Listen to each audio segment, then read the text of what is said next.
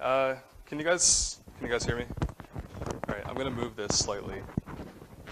All right, can you hear me better now? Good, okay. So my name is Gabriel Ryan. I'm a security engineer, penetration tester at Gotham Digital Science in our New York office. We're like kind of like a boutique consulting firm, do some research as well. So a couple new things in this presentation. We're gonna talk about hostile portal attacks, which is a means of stealing Active Directory credentials from WPA2 EAP networks without direct network access. We're also going to talk about something else, indirect wireless pivots. It's a way of using rogue AP attacks to bypass port-based access controls on wireless networks. I apologize for the speed at which I'm going to be flying through this, because limited time slot, so there's a lot of information to cover. With that said, I'm going to try to make the slides available tonight, and also I'm going to try to, I'm going to do my best attempt at translating them into French. We're going to see how well it's going to. I'm sure I'll have plenty of people to critique that, but I will do my best. Okay, so before we go, kind of go into like the meat of this talk, we should talk about WPA2 EAP. And before we talk about WPA2 EAP, we kind of have to talk about rogue AP attacks, which are the means which traditionally you'd use to attack these kinds of networks. So the rogue AP attack, I mean, it's pretty much the bread and butter of the modern wireless penetration test. And that's because you can use them for like a lot of really cool things. You can use them for man-in-the-middle attacks, stealing radius credentials, all kinds of really neat stuff. There are many variations of this kind of attack, but at its core, the most simple one is something called an evil twin attack. And the way that this works, if you look at this kind of diagram we have on the screen here, we have these 4 wireless devices, these 4 laptops, and they're associated with an open network that's running on channel 6, and we're going to pick on DEF CON a little bit, and they're running DEF CON open as their network name, or their ESSID. And the question here is, if we were to create a nearby access point with that same network name on that same channel, how would these devices be able to distinguish between the 2 access points? Any ideas? Well, so it actually is kind of weird. It boils down to signal strength and signal to noise ratio, which from a security mechanism is not great, because an attacker can just create their own access point with the same network name on the same channel, and like a lot of RF protocols, wireless essentially, whoever has the stronger signal strength, these devices will actually drop their connection and connect to the stronger access point. So an attacker could take advantage of that to create a really simple man-in-the-middle attack that's also very difficult to spot. These attacks they're not anything new, actually. They've been around for quite some time. I mean, the first documentation that I could find of them, and it's not to say that this was the first time they were used, but like it was actually, so here you see in 2004, there's like this thing I'm going to mention in a second by Dean Dezovi and Shane McCauley. They actually cite someone back in 2002 who's talking about this, and this is the WLAN security attack by C.W. Klaus. 2003, you see ESLeap starts to kind of like, this is actually implemented against EAP-MD5 and stuff like that. 2004, we actually start to see something else called a karma attack, which we're not going to talk about in depth today, but it's a kind of a more sophisticated kind of rogue AP attack that's absolutely classic at this point. 2008, this is where we actually see rogue AP attacks first used as a means of attacking enterprise networks or EAP networks, which is, we're going to be building off of that. In 2014, by this point, the karma attack that we mentioned earlier, improvements in client, client device security essentially made them a lot less effective than they used to be. So 2 researchers from South Africa, Dom White and Ian de Villiers, actually just kind of really improved upon the existing karma attack mechanisms and made it very relevant again. And then in 2017, we have Lure 10. So very recently, actually, the guy who wrote Wi-Fi Fisher found a way to exploit Windows 10's Wi-Fi Sense capabilities for like an entirely new type of rogue AP attack. So as you can see, we have quite a rich history of using rogue AP attacks in the wireless security community, but they typically fall into 2 categories, man-in-the-middle attacks for stealing credentials or something that you'd use to breach a wireless network. We're going to do something a little different in this talk, and that's using rogue AP attacks as a means of lateral movement. So now we've gone over rogue AP attacks, we also need to talk about WPA2 EAP. Anyone here familiar with how EAP works? All right, cool.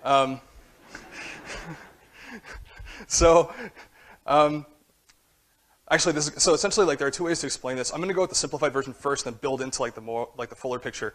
We're going to be concentrating on 2 variations. So EAP stands for Extensible Authentication Protocol, and the reason why it's extensible is there are many ways to implement it. Essentially, you're going to have an outer authentication that happens first, and that the idea of this outer authentication to establish trust in the transaction. And then once you do that, you implement some kind of inner authentication mechanism that actually is where you authenticate to the authentication server. But how you go about implementing this two-stage process is pretty much up to you. So there are many different variations of it. The two most common ones are EAP PEEP or EAP PEAP or EAP TTLS. And they both kind of, we can kind of lump them together for the purposes of this talk. Logically, they work like this. You have a client device. If you want to be technical about it, this is your wireless client or supplicant. It's going to send an authentication request to an authentication server. This is like your radio server running in the background. This is essentially saying to the server, I want to authenticate. So the server at this point is going to respond with an X509 certificate. Now the job of this X509 certificate is to establish to the client that the authentication server is who it says it is. So it's establishing a trust relationship. At this point, the client can choose to accept or reject the certificate. If the client accepts the certificate, it means that it now trusts the authentication server, and it can proceed from the outer authentication, which we just kind of went over, to the inner authentication, which is going to happen through a secure tunnel, SSL-TLS tunnel. And the reason why this happens through a secure tunnel, by the way, is that what happens in this inner authentication, this is where credentials are entered. This is where your username and password is used to construct an MS-ChatV2 challenge response, which is sent to the authentication server, and if all goes well, hopefully it'll be authenticated with the network. Without the secure tunnel, well, so interesting thing about WPA2 EAP. On a wireless network, your means of authenticating with the network is your ability to successfully encrypt or decrypt traffic. If you're not able to do that, then you're not authenticated with the network. So what this means, though, is that because EAP is the means of providing access to these WPA capabilities, until this authentication process succeeds and completes, this entire process is happening over open Wi-Fi. And as we talked about earlier, well, at first, before we started using these secure tunnels, so legacy implementations of EAP like EAP MD5, you could actually sniff this process passively and get access to the network pretty easily that way. So the secure tunnel kind of prevents that from happening. So, I mentioned there were actually two components to this: the client, wireless client or supplicant, and the authentication server. Actually, there's a third party involved, and this is your wireless access point, also known as the authenticator, right? And the reason why we need this third party is that the supplicant or wireless client device, your laptop or whatever, is only going to be speaking on layer 2. And the authentication server speaks radius, which is a layer 7 protocol. So you need this intermediary device, your access point, to relay communication between these two entities. So your complete graph here actually looks like this. And it looks very similar to what we just went over. But as you see, we've actually put the access point or authenticator in the middle of this transaction. So we mentioned that this is essentially happening over open Wi-Fi, and the way that we're establishing trust between the client and the authentication server is this one-way certificate. Does anyone see where this could be exploited yet? Any ideas? All right, so we went over evil twin attacks. Remember how open networks are susceptible to evil twin attacks? And remember how this whole process essentially is what is being used to provide access to the WPA capabilities of the network? So essentially, this is open Wi-Fi. Well, essentially what that means is that this whole process is susceptible to rogue AP attacks. What you can do as an attacker is create your own WPA2 EAP network, force a client to connect to you using the rogue AP attack that we talked about in the beginning, and then they'll try to, essentially at that point, you'll present them with an X509 certificate that you've created yourself. So at this point, it's going to show up to them as an untrusted certificate, but if they accept it, and that's a big if, but if they accept it, and trust me, in an organization of at least 200 people, you'll find some person who accepts the certificate every time. So if they accept the certificate, then they proceed to the inner authentication process with you, the attacker, and you can then capture an MS-ChatV2 challenge response, which you can crack to get radius credentials and access to the network. So this is not a new attack. As I mentioned, this actually first came out in 2008, and so it essentially when you do perform this attack, what you'll get is an MS-ChatV2 challenge response. They're going to look like hashes basically, and the initial the first attack that came out to the first version of this attack, so to speak. Once you had these, essentially you'd have to perform a dictionary attack. So you just successively try different passwords or try brute forcing or something until you're able to crack these hashes, which is not very efficient. It would seem that if you're going to use that approach, you could solve this problem just by using a really long password. Well, cool thing is back in 2012, so 4 years after this attack came out, two really cool researchers by the name of Moxie Marlinspike and David Holton came up with a divide and conquer attack, which actually, what they figured out is that MS-Chat-v2, you can actually boil it down to 3DES. And the problem with 3DES, as you may or may not be aware of, is that you can reduce it to 56 bits of DES encryption, which, with the proper, FPGA-based cracking rig or like sufficiently powerful cracking rig, you can actually, crack these hashes 100% of the time within 24 hours. So essentially, with the presence of this divide and conquer attack that you can use against MS-Chat-v2, this entire attack becomes a situation in which you can capture these hashes very easily, then crack them very, very quickly as well. And here's a quick demonstration. I don't know what the regulatory stuff is over here, so I have a video. But essentially, the attacker is going to create a forged certificate. And then an access point is going to be created. That's going to be a clone of the target access point. In this case, we have SSID Evil Corp. Any Mr. Robot fans here? So it's going to sit a second. And yeah, so here you see the client device is connecting to the authentication process is beginning. And pretty soon you should see MS-Chat-v2 challenge and response show up on the screen. There we go. So then you take those and then you crack them. So the mitigation for this was also introduced in 2008 very quickly. It's called EAP-TLS. And it uses mutual authentication, using mutual certificate-based authentication actually, for the outer layer of EAP authentication. And by doing this, it actually manages to stop the initial evil twin attack completely in its tracks. So completely, resolves this issue. Unfortunately, it's had a really, really poor adoption rate, and that's because it's, anyone like network administrators or covering network administrators in the, yeah. So basically, if you think about the challenge here, this is a really, secure technology, but it requires you to install a certificate on every single client device on your network. Naturally, if you have like a massive organization that this is going to cost a lot of money and require a lot of hours and stuff like that. So there's a lot of resistance to doing this because really it introduces a classic security versus convenience scenario. As a network administrator, you're kind of forced to choose between EAP-PEEP and EAP-TLS, which have really bad known weaknesses, or a very secure but also like seemingly impractical authentication mechanism in the form of EAP-TLS. So this has created a huge market gap for products that can be used to kind of like, balance these two issues. They can compensate for the security issues found in EAP-PEEP and EAP-TLS, but are also easy to use. And the current trend in kind of this area is to focus on breach containment rather than prevention. And I guess what we're going to be doing today is kind of seeing whether or not that actually works. So before we continue, I have a little cartoon for you. It's kind of a foreshadowing of things to come. Okay. So the most common way by far to approach this problem of breach containment is to use a NAC. A NAC, if you're not aware, is a network access control device. The way that network access control device, well, the way that this thing works, the idea is it's supposed to be able to distinguish between authorized and unauthorized endpoints on the network. So essentially, you add a new device to the wireless network. This NAC device is going to identify whether you're authorized to be there or not. If you're not authorized to be there, it's going to place it in quarantine, like a quarantine VLAN or something like that, or possibly just block the port entirely. And by doing that, you're able to compensate for the perimeter weaknesses, because even if they get on the network, they're not going to be able to get very far. There are two ways of doing this traditionally. There's some next generation ideas that we're going to talk about as well. But traditionally, you've had two kinds of NAC appliance. You've had an agent-based NAC and an agentless NAC. And the agent-based NAC, it's pretty cool. You have actually have a software component that's installed in every single endpoint on your network. And the idea is the software component is going to communicate with like a centralized control system and report back information about the internals of all these devices. So naturally, if you don't have this piece of software and you're on the network, you're going to get flagged and not going to get very far. So it's pretty secure. It's also nearly as impractical as EAP-TLS, because once again, you have something that you have to put on every single endpoint on your network. And you run into all the same compatibility issues as well.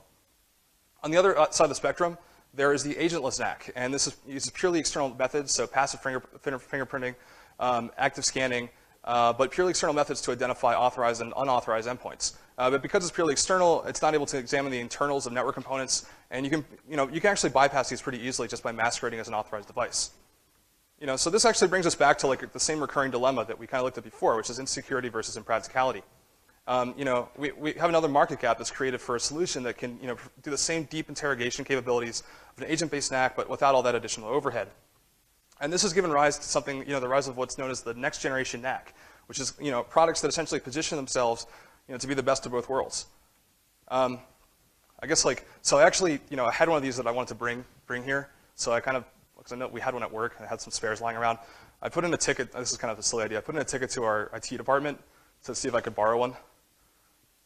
Naturally, they just so that didn't go as planned. Also, I got a nice little email from legal saying dude, you can't call them out by name like this. So we're going to refer to this as vendor A. But I mean, the point remains the same. So essentially, I think a really good example of next generation solutions which try to bridge this gap is vendor A. And vendor A, it uses WMI to interrogate new devices, which is a pretty cool idea. And by using WMI, it's supposed to be able to perform these internal checks on these endpoints without using an agent. So essentially the way that it does this involves, this device, whenever a new endpoint's added to the network, it's going to authenticate with this endpoint over SMB using a single service account, administrative service account. And the service account, it has to be given remote login privileges to all authorized devices on the network at the group policy level. And this allows the device to perform deep interrogations without using an agent. This also creates a single point of failure because you have this device that essentially has really, really, really powerful levels of access, often given DA creds for some reason that I cannot fathom. But and anytime you add a new device endpoint to the network, it's going to try to authenticate with it. And if you look at issues the first issue that comes to mind is the possibility of performing an SMB relay attack or an NTLM relay attack, where this thing is attempting to authenticate with you over NTLM, so you can just relay this authentication attempt to something else in the network and just start pivoting into literally everything. So a lot of whys in this situation, of course, you could just enable SMB signing, which is where you will digitally sign NTLM packets, and this kind of prevents you from doing the whole SMB relay thing. But I mean, you still have a situation in which you're being sent these really, really powerful hashes as soon as you get on the network, and that's your primary method of stopping attackers. So, interesting thing is actually, if kind of pressed about it, this vendor will actually, they do have a piece of software that you can also install on every single device on the network, and it remediates this issue, but once again, this is starting to sound a bit like an agent. And considering the chief selling point here is that no agent's supposed to be required, I feel like we're kind of back to square one here. The reason why I like this example, I mean, it's not really to call out, I think it's just a great example of the fact that there's no silver bullet. Security with convenience, it's very much a paradox. And, you should be particularly careful when you're trying to implement a solution that's supposed to kind of give you both. So, yeah, that's a little bit about NACs. We should also talk about client isolation. So wireless client isolation, essentially it's a security control, or it's used as security control, should I say. And the idea here is that you should, as an AP, I mean, the way 802.11 is supposed to work is that this access point, right, is mediating all communication on this network. So in theory, what this means is if, you want to stop, client devices, so if you have a bunch of laptops on a network and you don't want them to be able to communicate with each other, just reach the internet, you should be able to do that because, this access point should be capable of receiving that packet and just simply dropping it. The problem is that, when we talk about client isolation, I mean, on a wireless network, it really is a logical control, not a physical control. The problem is how do you prevent radio transceivers from communicating with one another? Actually, a really awesome researcher, unfortunately is no longer with us, Cedric Blanchard, back in 2005, his answer was quite simply, you can't. And he came up with this really cool tool called Wi-Fi tap that can be used to bypass client isolation. It's later revived by Oliver Lavery at GDS, way before my time, but that happened. And the way Wi-Fi tap works is that it reads packets from the victim to the AP using a monitor mode interface and injects responses to those packets as if they came from the access point. And this is really cool because it lets you get around the client isolation issue because this guy, if he receives packets that presumably are coming directly from this laptop here, this laptop is going to be like, well, wait a minute, this packet is not coming from the access point, therefore I'm not going to honor it. But if you just inject a packet as if it's coming from the access point, you can kind of get around it that way. And it's actually, what's really neat about this tool is it gives you a TUN-tap device that's bridged to the monitor mode interface, and you can use that to interact directly with open wireless networks without even being associated with the wireless network at all. So, I mean, there's some later tools that do some pretty cool stuff that kind of builds off of this. I mean, with AirCrack Suite, it has AirTonNG and TKIP-TonNG. AirTonNG actually lets you do this with web networks. TKIP-TonNG lets you do this with WPA1 networks.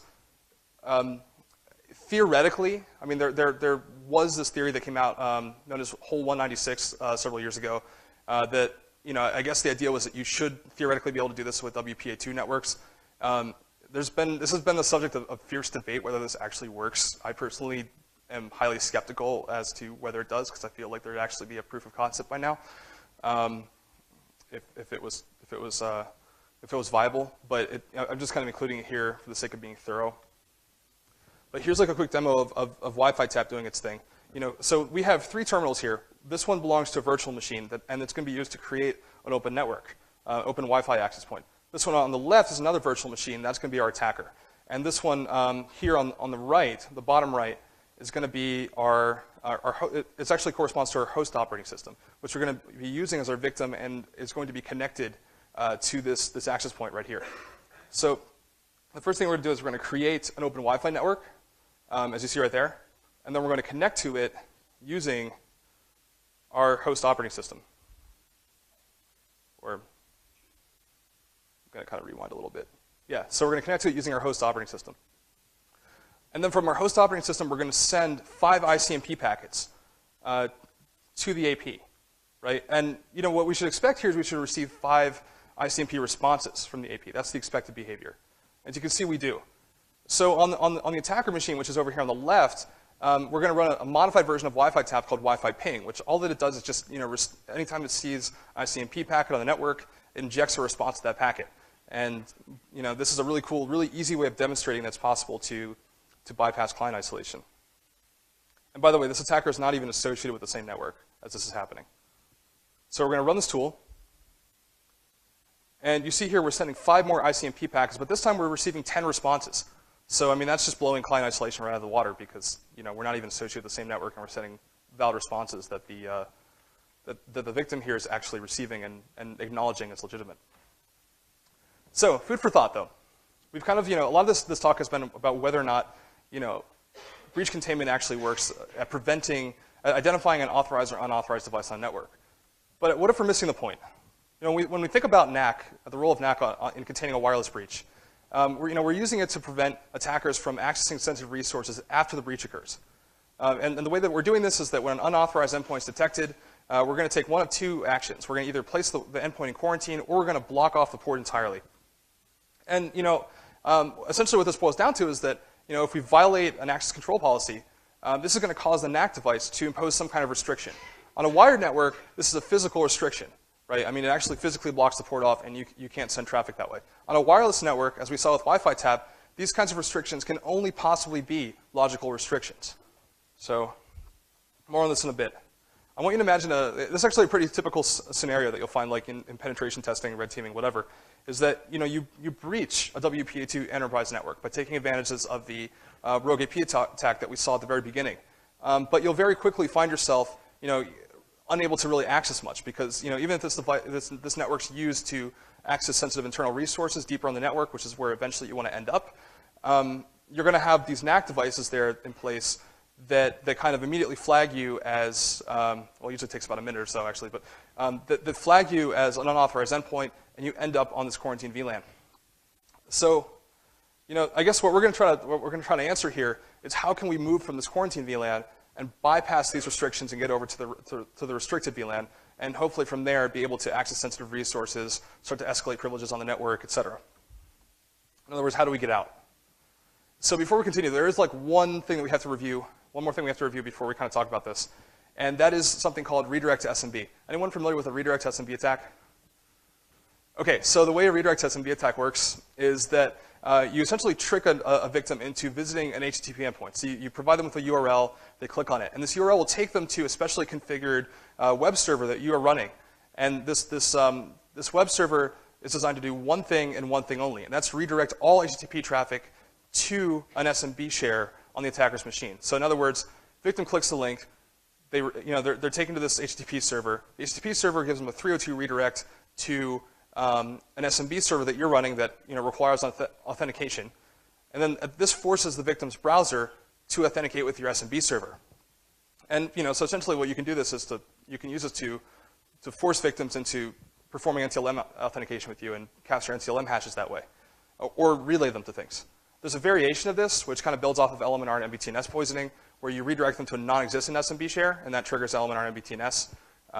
Ask me about that later if you're curious, but it's not the main way of doing this. But it's a really fast way to get hashes. Unfortunately, it also requires social engineering. But with that in mind, that's about 5% of our escape attempt. We're going to have to build off of this a little bit to make this work. All right, cool. Here's the first new attack that we're going to introduce with all that background info out of the way. And this is going to be the hostile portal attack. And you can use it to steal AD credentials from wireless networks without being directly associated with the wireless network. Have you guys seen something like this before? It's captive portal all the time. So you've seen a lot in like hotels and coffee shops. And essentially, the captive portal is a mechanism that's used to kind of like restrict access to open wireless networks. But the way that they work essentially is you connect to the network, and all of your DNS queries, I mean, the DNS server in use is going to recognize that you haven't authenticated with this little thing yet, so it's going to resolve all your DNS queries to the location of this page, this login page. So you try to access something else, by domain name, but you're still going to end up back here because your domain that you're entering is going to be resolving to the location of this login page. If you could potentially get around that by using by specifying a DNS server manually and not using the one that they provide to you.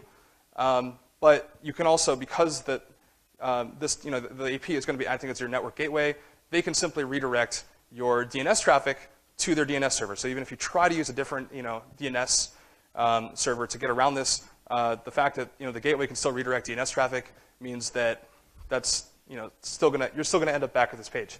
And finally, if you really want to be sneaky, I guess you could try specifying HTTP addresses by IP address instead of using DNS.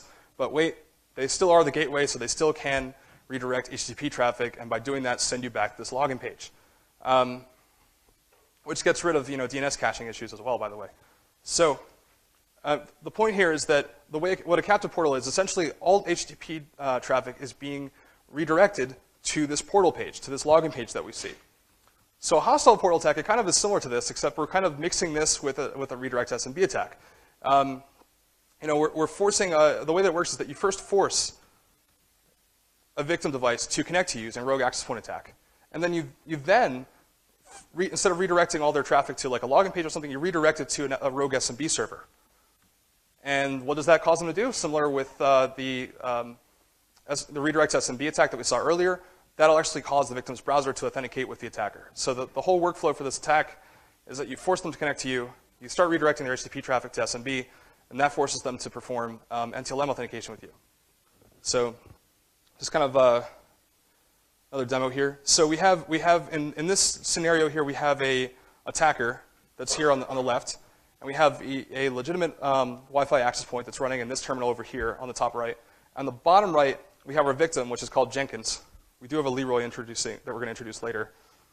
The first thing we're going to do is we're going to force this victim to roam from the legitimate access point, which is in the top right, to the attacker's access point, which is on the left. We're going to do that just by sending some DOF packets over to the legitimate access point. So this causes the victim to connect with the attacker. At this point, the victim just opens up Internet Explorer, which takes them to a login, their home page, which is HTTP traffic, which, as you can see, was instantly redirected to SMB, and we captured hashes in that way. The whole thing took about 20 seconds or so, and that's just with me clicking around. So it's a pretty fast attack. I mean, but that was a demo using an open network. Obviously we're talking about EAP networks, so we're going to have to build off of this and make it work with EAP. When we talk about EAP, as we mentioned, most cases this is going to be EAP TTLS and EAP PEEP. And both of these use MS-Chaffee2 as the inner authentication method. Interesting thing about MS-Chaffee2 is that it's a mutual authentication protocol. Essentially, we mentioned that the client device has to prove knowledge of its own password by sending a challenge response to the server. But then after that happens, the server actually has to prove knowledge of the victim's password, or should I say victim's password, to the client's password back to the victim. So the very last stage of this protocol, essentially, you have to send a valid challenge response, or authentication response, should I say, back to the victim that proves that is derived from the victim's password. So what this means is that although as an attacker you can force the victim to authenticate with you using an evil twin and use this to steal hashes, your Radius server is still going to fail the final stage of the authentication process, and this will cause the client, the client will not be able to associate with you after that. And considering that you need that full association to do the hostile portal attack or anything else for that matter, that isn't just stealing Radius credentials, we need a way around this. So there are a couple of solutions to this problem. The first one is to use an attack, or a technique, should I say, introduced by Don White and Andy Villers in 2014 called auto-crack and add. And the second, that works against weak Radius credentials. If you have stronger Radius credentials, remember we have a very, very quick turnaround time for cracking MS-CHAPI2. So the second solution is if you can't use the auto-crack and add because the password's too strong, at this point you kind of shift approaches and just crack it offline and finish the attack later, which you should be able to do that in about a day or so.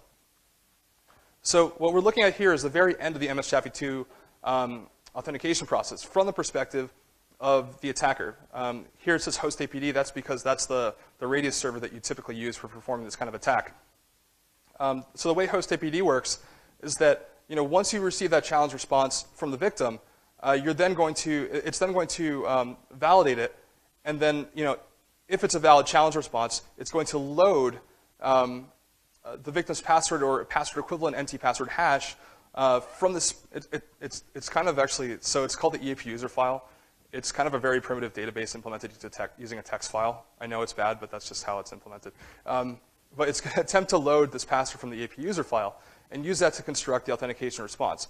This is actually where this process will start to break down if we don't have prior knowledge of the victim's password, which if we're attacking the victim in the first place, we probably don't have. So with auto-crack and add, what you do is you essentially modify this whole process so that once you receive that challenge response, instead of immediately loading or attempting to load the user's credentials from the EAP user file to construct the authentication response, you instead send the challenge response that you received to a remote cracking rig. Obviously you're not going to have the sufficient computing power on your laptop to do this, but you essentially make an API call to a remote cracking rig. And this cracking rig is then going to attempt to very, very quickly crack this password hash. And if it's a weak Radius credential, this can happen anywhere between like seconds or minutes. So the idea is that hopefully you should be able to get a response in time that you can just append it to the end of the EAP user file. And once you do that, then you just proceed with the authentication process by loading your freshly cracked password from the EAP user file, constructing the authentication response, and then sending that to the victim. Of course, if it's a relatively strong password, that's going to fail because it's going to time out. So that's where you have to, if it's like kind of a medium to strong password, you need to kind of shift gears and go into the just crack offline, finish the attack later. But I mean that's still 24 hours max if you're using FPGA-based hardware. So it's not really a huge deal. So this is a modified version of the hostile portal attack we saw earlier. Same setup. We have the attacker on the left, authentic access point on the top right, and then we have the victim device Jenkins on the bottom right. Although this time this is going to be operating as a EAP network, and we're going to be using auto-crack and add to kind of get around this issue of needing prior knowledge of the victim's password. So you see here we're going to kind of force it to connect to us. This is actually what you see. I'm going to pause this really fast. This is actually the certificate warning that you'll receive on Windows 8 if you are being forced to connect to a rogue access point. As you can see, it's not very specific. It just says, do you expect to find this network here?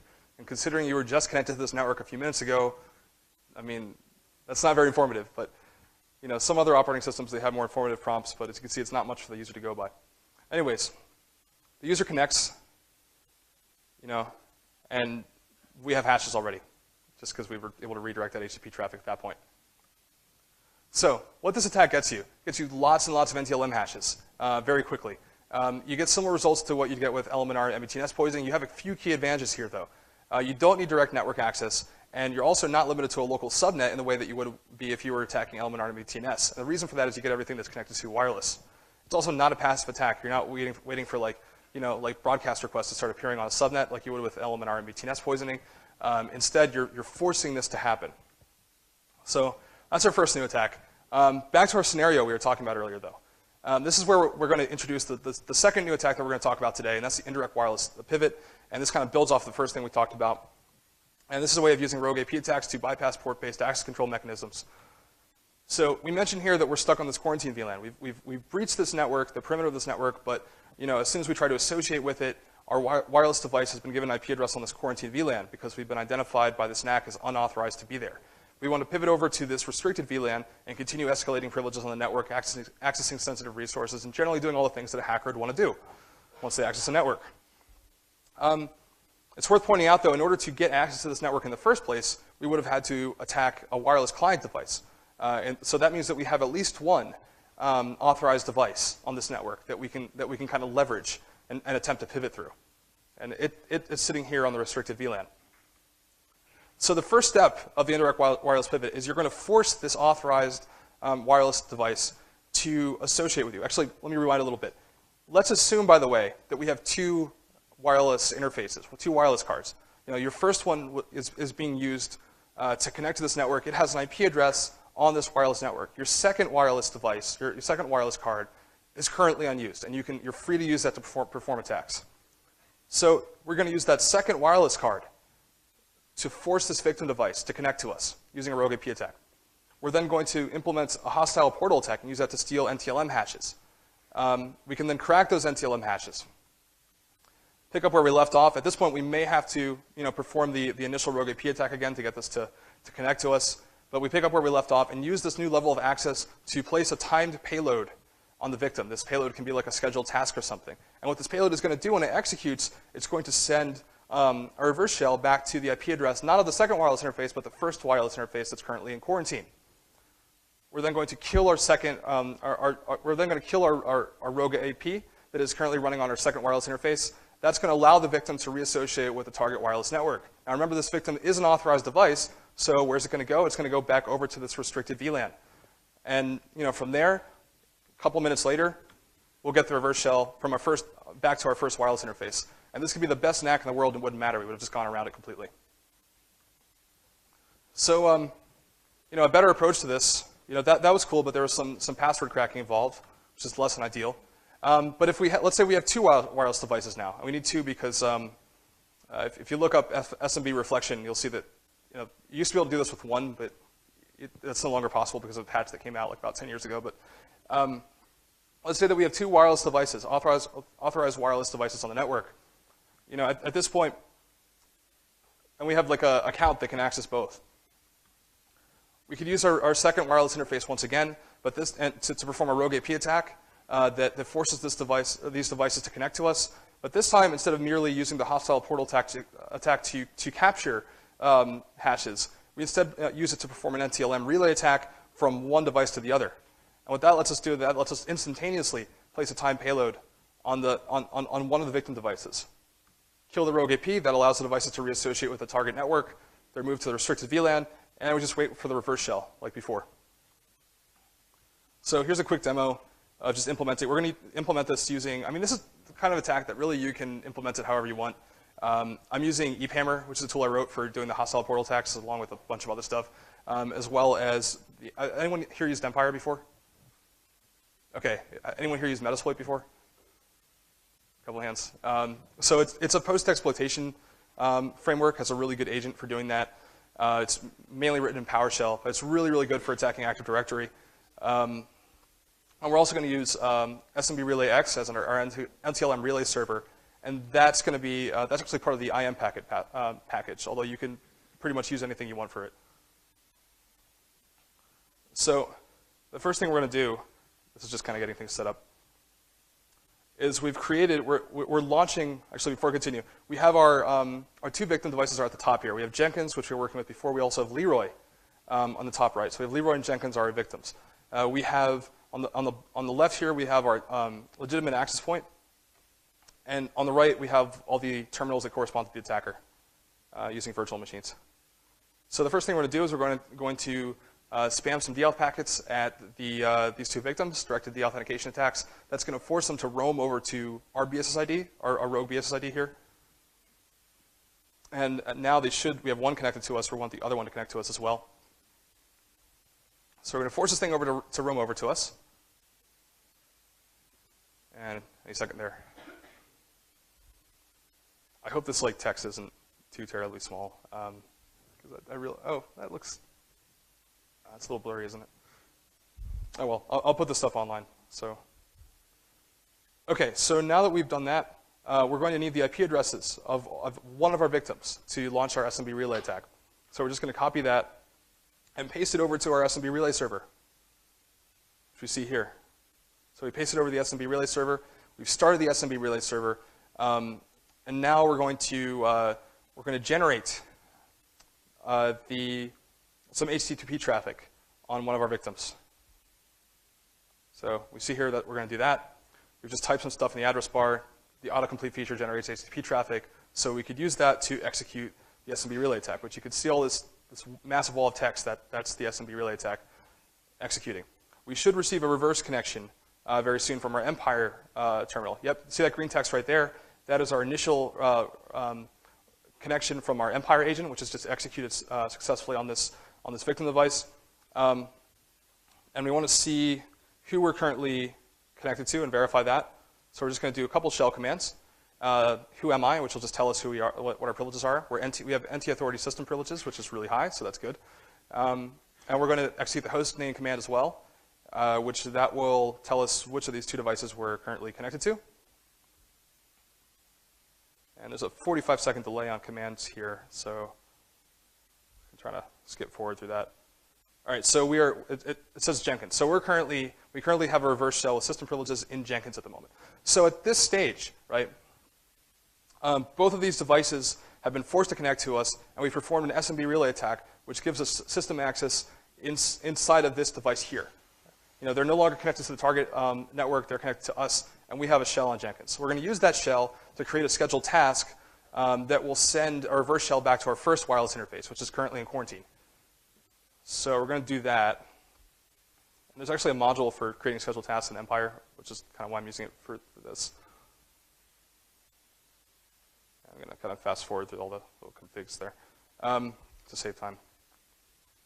All right, so we've done that. We've now, at this point, what we're doing is we're taking down our rogue AP. As you can see here by this text that's happening in this terminal, the victims are now reassociating with the target network, which is great. That's exactly where we want them. And at this point, we've set the scheduled task to execute 2 minutes in the future. So something really interesting happened when I recorded this bit, was that I actually made a little bit of a mistake in the sense that, so these are all, I'm working with virtual machines here. I actually forgot to attach the virtual USB adapter to the VM instance here that we're seeing.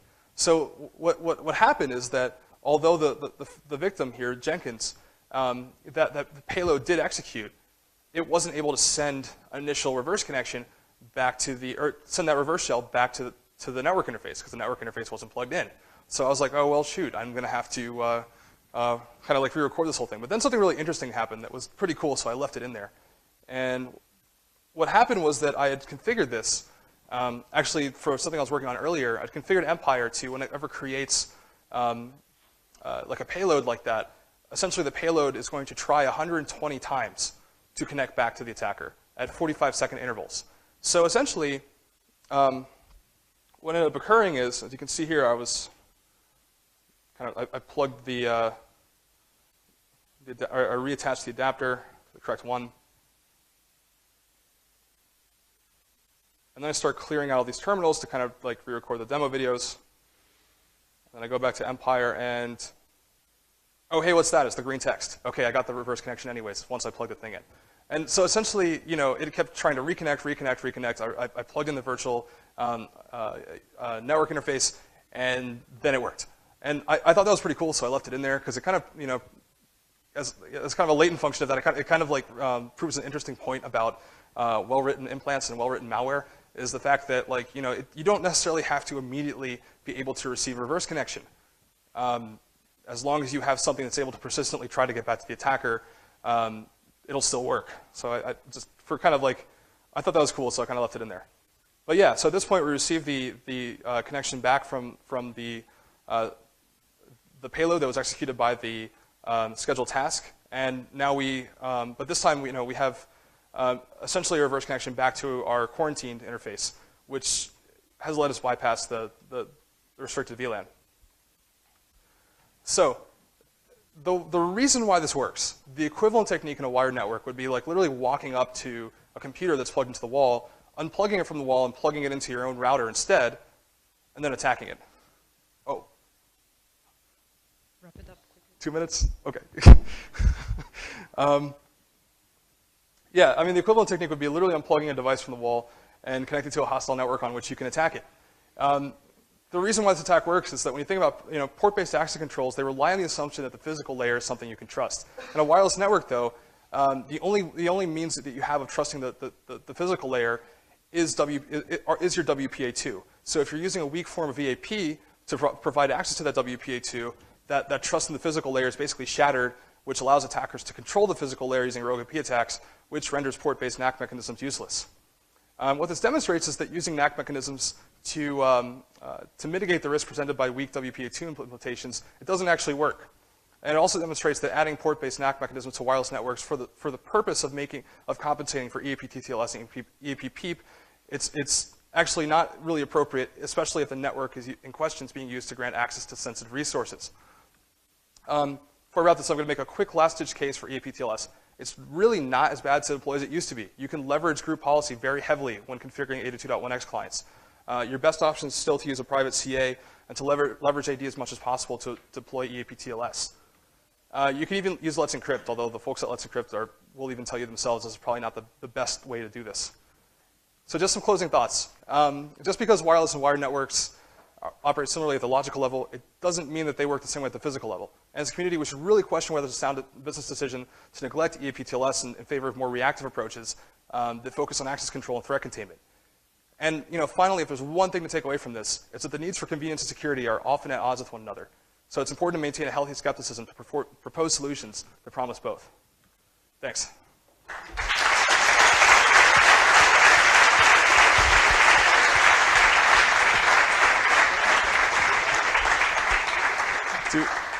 Do we have time for questions, or?